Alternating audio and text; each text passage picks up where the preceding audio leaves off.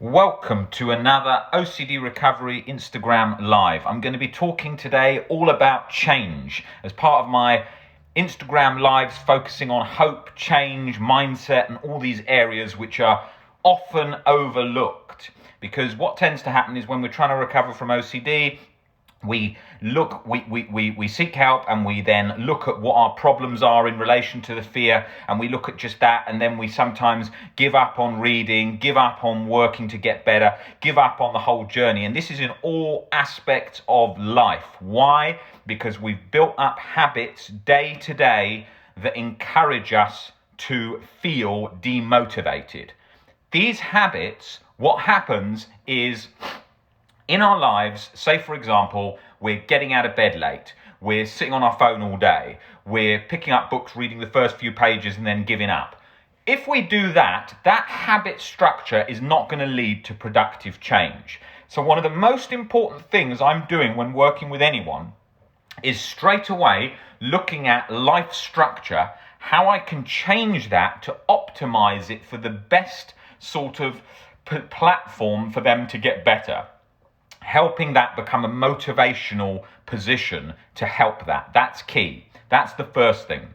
Now, the second thing is looking at how we're approaching life in general in relation to hope and motivation. So in our lives, I did a last Instagram Live yesterday all about mental barriers, how we block off our progress goals, all directions towards hope instantly with these mental barriers. Now, the next part of that is in relation to change. If you want change in life, you're going to have to make significant change, okay? Now, this area of sort of motivational speaking and all of this, you see lots of this on TikTok and lots of this on Instagram, and it's usually the sort of same bland terms. You can be whatever you want, just put your mind to it, all this stuff, very loosely said, not making really constructive change. Because those often what those people are doing are coming at it with very little knowledge and just sort of saying these sort of basic terms over and over that don't make much help. Don't make much difference if you're just saying these sort of basic terms to yourself, like be motivated, come on, let's go for it. That ain't going to do anything if you don't believe it and can really see those significant shifts. Like, for example, yesterday I was watching that Dr. Jordan Peterson video where he was talking with somebody who had escaped North Korea. And, you know, I'm aware of my thinking quite a lot, and I work with very scary and very difficult life situations of people with anxiety, OCD, and so on. So I do see all those things over the years I've been doing this, working with people who've been in terrorist attacks, working with people who haven't left the house in 20 years, all these things. I'm very aware of the sort of the depths of life and struggle. Now, sometimes when we see things, when we watch a video, it gives us extra insight into life, and we have other shifts and other changes that mentally happen like a light bulb in our head, bang, but they're not instant. They have to be set up by other things, other shifts in perspective that bring about those sort of different levels of shifts in perspectives, and those all come together and make change. And the change is often a reversal in the sense of, if you had an onion and you were peeling layers off it, and in the core we'd got sort of inner piece, often all these layers we've built up, and only by chipping away at them with different changes in perspective do all those layers come down and down and down till we get to where we want to be. Now, in relation to mindset and change, these blanket terms, these sort of basic terms of be motivated, think motivational, let's go for it, all of that stuff, helpful, yes, but not just over the top saying it over and over and over and over to yourself. It's not going to make a damn difference. Right, so how do we go about change? First, we're not going to have change happen just by waiting for it. A lot of people in, say, like an aspect like a business or being an entrepreneur think, oh yeah, one day things will just come into place. They won't. They will not just come into place.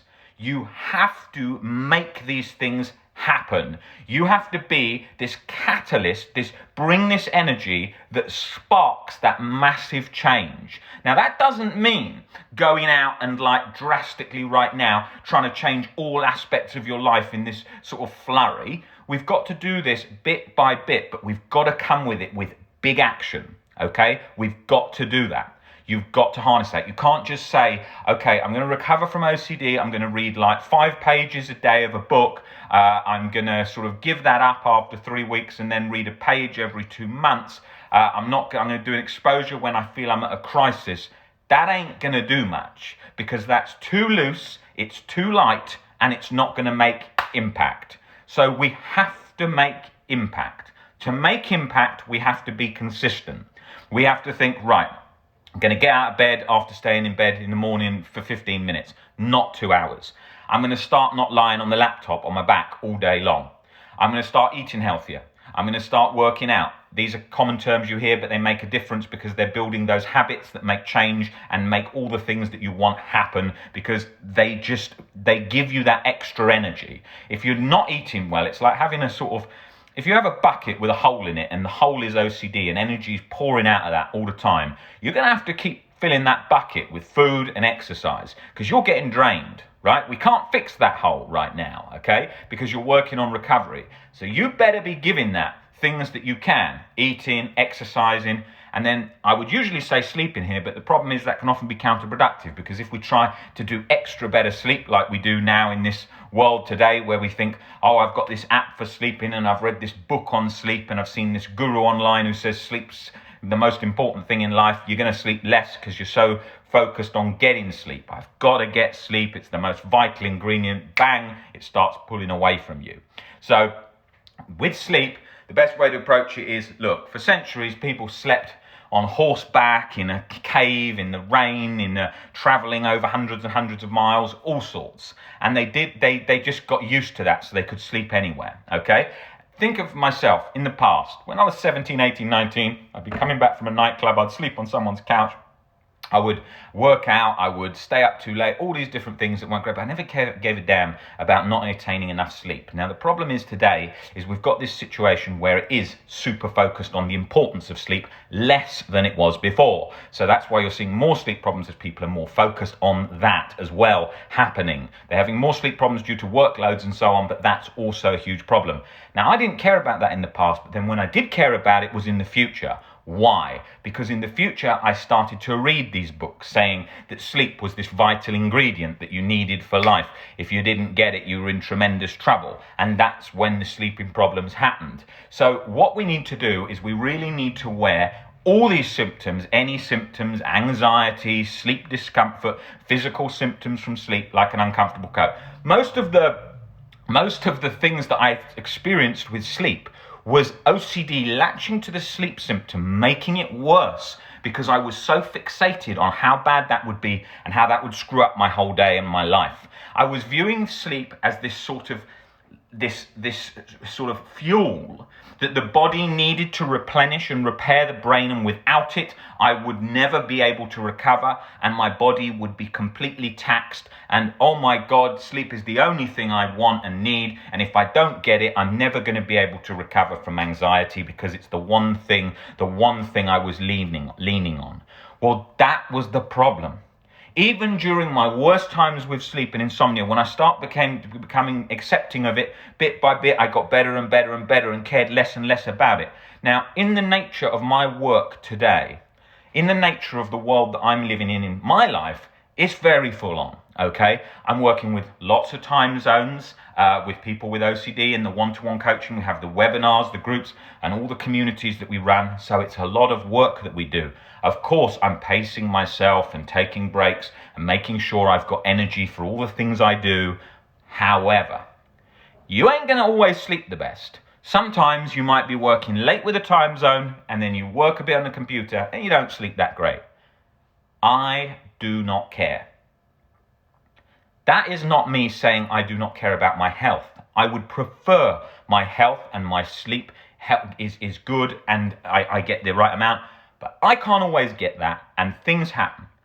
Is it going to kill me? I doubt it. Even if it did kill me, so be it. There is many things that could kill me. Maybe I'm not having a blood test enough. Maybe I'm not eating healthy enough. Maybe I still should drink a bit less alcohol on the weekends and nights out and so on.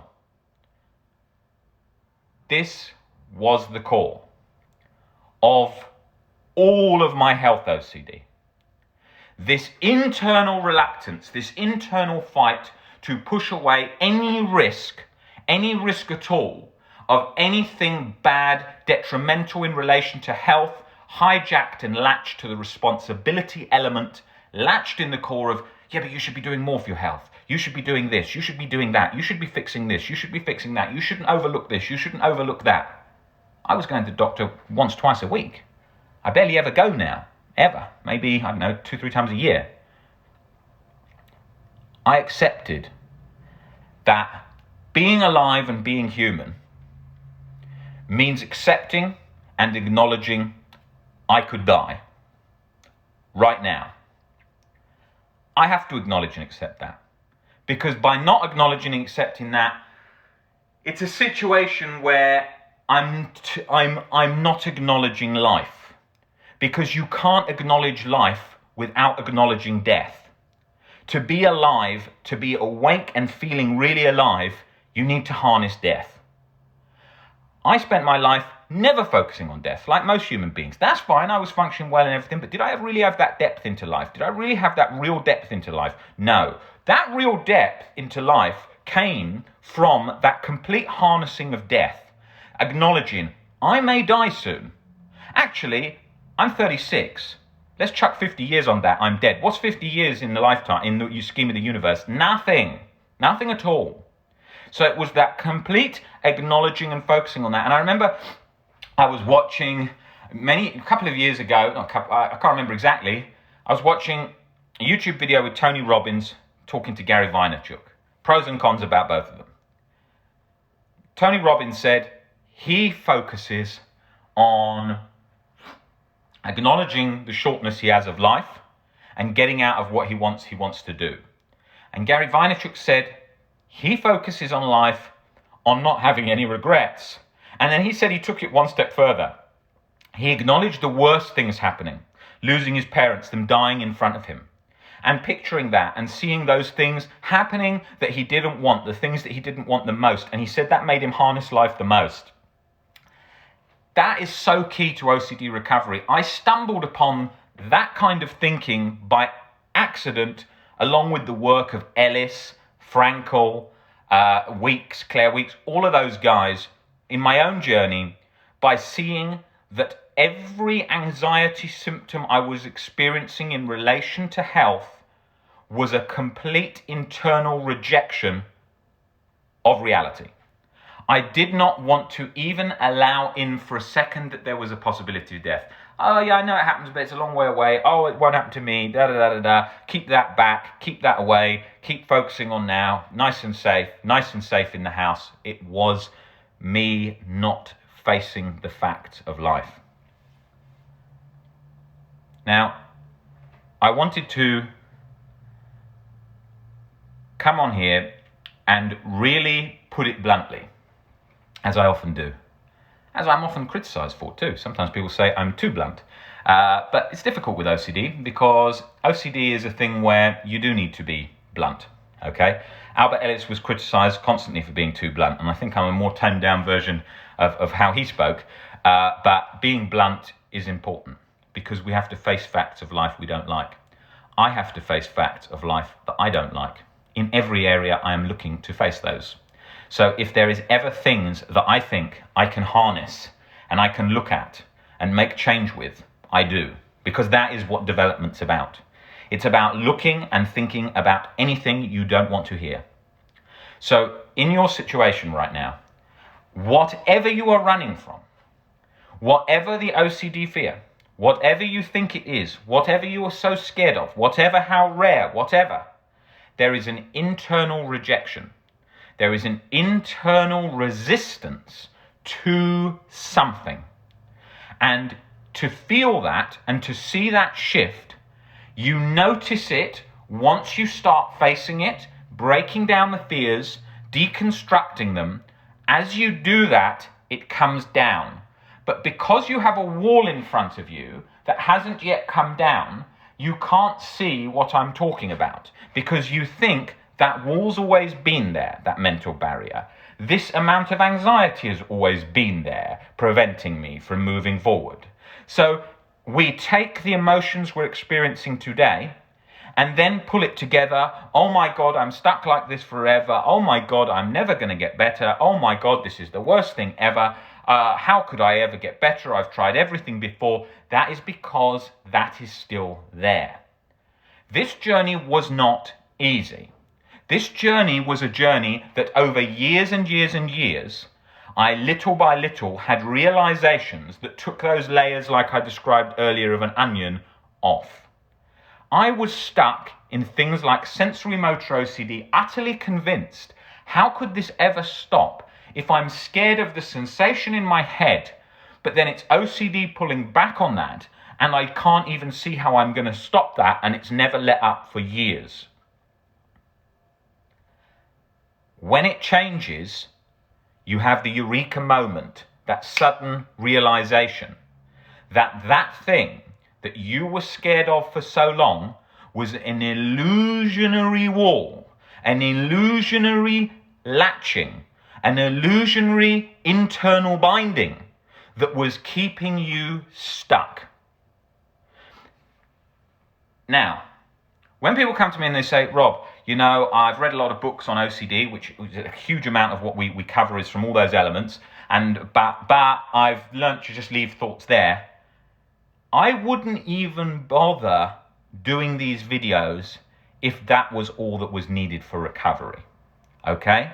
I wouldn't even bother. Leaving thoughts there is a very important part. But you won't be able to leave thoughts there where you're absolutely convinced, oh my God, I did something 10 years ago, a real event harm OCD or something. How can I possibly leave that there? The internal cycle is telling me that I should never relax. I should never rest. I should be tortured internally in my mind forever because of that thing I may have done in the past. That's what it does. That's what it does. That's what it feels like. Every second I used to think, how can I let myself off the hook? I used to go to a gym where it was guys that were, very black and white thinking. They would have believed that anyone who committed a certain crime should be killed. People should be locked up forever. So my OCD was latched all the time to these kind of crimes. And so when I used to walk into that gym and I used to see them, I used to think to myself, oh my God, what would they think of me if only they knew my internal thinking? What would they think of me if they knew really what I had done? That's what it did. So I used to work out in that gym thinking and gym was my life. I used to work out in that gym thinking I don't even deserve to pick up these weights. I don't even deserve to get in good shape. I'm a fraud. I'm a fake. I'm a nothing. I didn't even, inside me, without the OCD playing on that part, I didn't feel like that. I felt like I was in great shape. I was confident. I had all these elements that were going for me in this laser-like focus towards the gym, because that was my whole life then. But OCD came in, it hijacked that, and so whenever I spoke to someone, oh, if only they knew. Oh, if only you need to tell people what you've done. You need to confess all the time. That was the nature of it. That's what it's trying to do. That's what it's trying to get you to do. It will take anyone and make them feel like the worst person on earth. That is what it does. It's subtle. It might not present with anxiety. It might not present with chronic guilt. It may just feel. It doesn't need to be described as, does it do this, does it do that, does it do this? It can do a whole assortment of things. People come in all the time, they say, Rob, I've got this one thing, I know you've never seen this before. I know you've worked with loads of people, you've never seen this one thing that I'm going to tell you right now. And I'm always thinking, I better have. Always. And after working with thousands of people, I usually have. But to them, the same as me, when I was in that position, and I sat down there to seek help, initially myself, I used to think, if I tell anyone what I think I've done right now, I'm going to be locked up and chucked in that prison, that van. There'll be a prison van outside that will take me straight off to the prison. I used to think that the OCD, I was absolutely convinced that everyone else had OCD and I didn't. I was real. I was the exception. That these guys, oh, if I had their problems, it's all a load of crap and mine is the serious one. That's what it felt like. Oh my God, they're worrying about nothing. I'll forget all that. God, why are they whining about that? It sounds really negative, but that's how I felt. That's how I felt. I felt like mine is the exception. This is real. If only they knew what I was going through, this is a whole different story. That is what it's going to feel like. That's what it feels like. It's always painted with this sort of light touch, airy-fairy sort of way of explaining OCD. Oh, it's just thoughts. Oh, it's just leave it there. Oh, it's just leave them like clouds to pass through your head. They're nothing. with just that light description, those people that are in this catchment that I'm talking about right here feel like, that ain't me. That ain't me. That is not me, just thoughts. These are feelings. These are urges. I'm walking down the street and I'm getting these urges. That's what it's so utterly convincing that you cannot tell the difference when you're in it.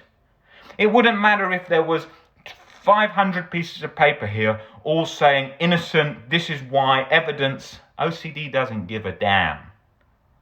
0.000000001% feels like 110%.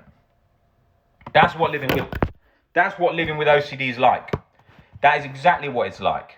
And until you're in that, it's like when you're watching a movie and the killer's behind the person and you think, oh my God, why don't they just turn around now? Why can't they see that? Or the killer's the person manipulating the movie and you think, oh my God, why can't they see that thing that he's doing or he's saying? Why can't they see that? Why don't they just open their eyes? We've all been in that position.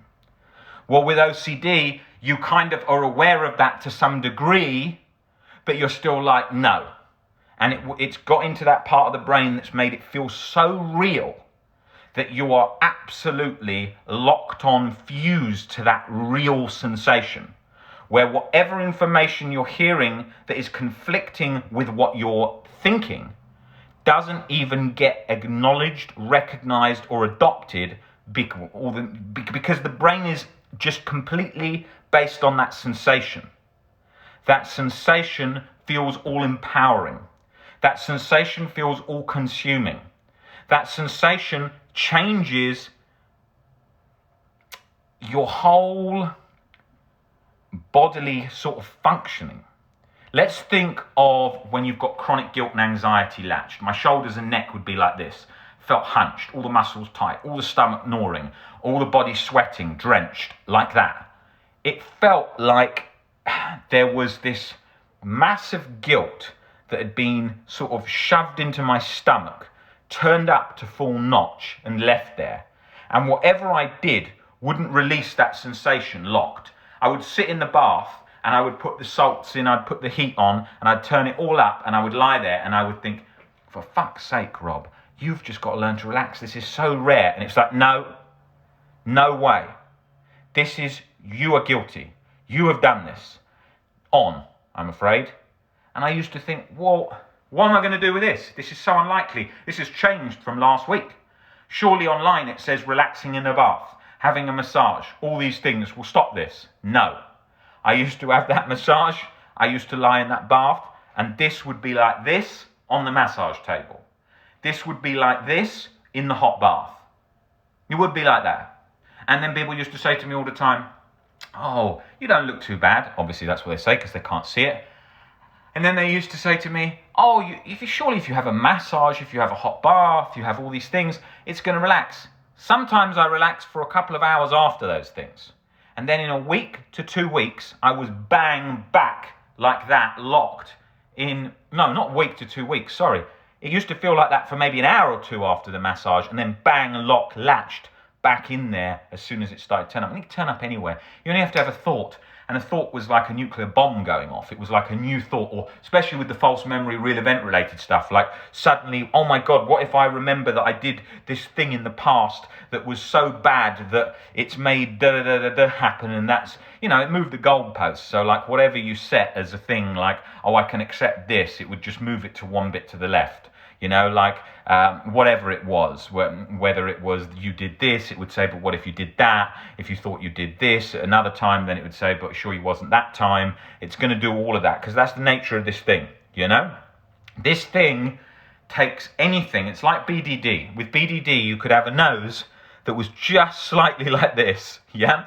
And you would be fixated that your nose was like that, yeah? And it would feel like that. And I know that because that's what it used to do to me with the BDD as well. That when I was, how old was I? Must have been 15, 16, and I was first getting into weightlifting, and I was 190 centimeters, same as I am today, and I thought, that's it, I can never get into this sport, I'm too tall. So I used to measure myself every day, and then I used to average all the measurements. When I I'd sort of reached that height. Let's say I was sort of 180 going to 190 at the time, and measuring and measuring and measuring and measuring, and then every sort of bone structure measurement. Oh, can I still have my goals? Because it was looking for any way to sabotage my goals. It was looking for any way to demonstrate to me that it wasn't possible for me.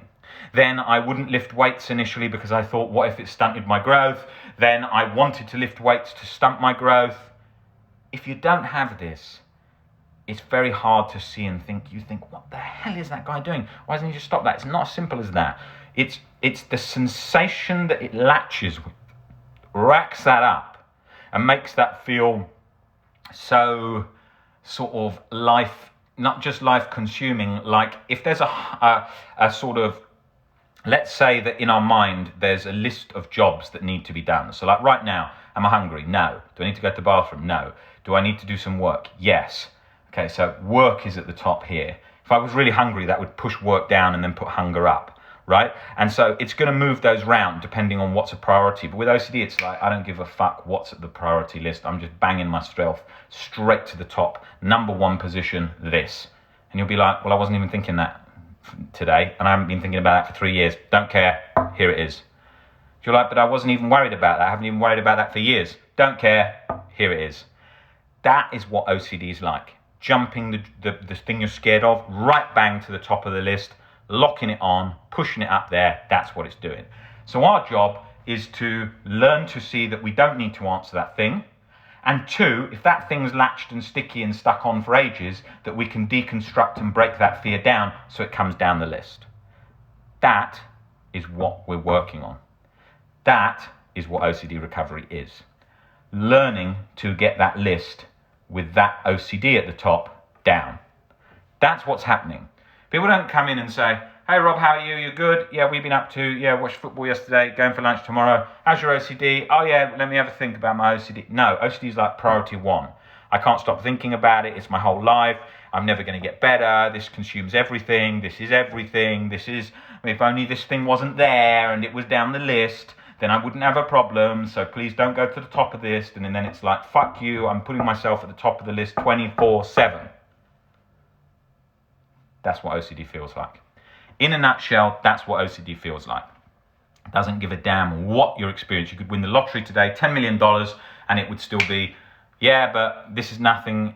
This money means nothing until my OCD is gone. But that's also because we are putting all our laser focus on this being the main problem in our life that needs eradicating. And because of that, that's what's jarring it into the first position. I'm going to cover this in more detail. I wanted to come on here and really cover this because it's such an important topic that doesn't get covered. All the angles in relation to motivation, life change, and hearing things we don't want to hear and all that kind of stuff. That's what I wanted to come on here to talk about today. And I will be covering lots more of these Instagram lives. I'm going to be back on here doing a lot more. I'm going to be doing lots of stuff on motivation in relation to mental health and life in general, and covering all those aspects because OCD is a part of life and OCD recovery is skills for life. So it all goes together. It's what it's all about. It's not just for recovery, it's for changing your perception of life, and the whole thing goes together, which shifts your life. And that's what we're doing. It's a life shift. A life shift towards your goals, a life shift towards breaking down your fears, that whole sort of looking at those layers which the fear and the chronic anxiety is latched to, that whole sort of internal framework that OCD is fueled on, breaking that down, putting in the framework that you need for the life that you want, and it's the combination of the two, bringing one down, building one up. Guys, great to see you always on here. I will be back on here in the next 2 days doing more of these Instagram lives. Take it easy, guys. See you later.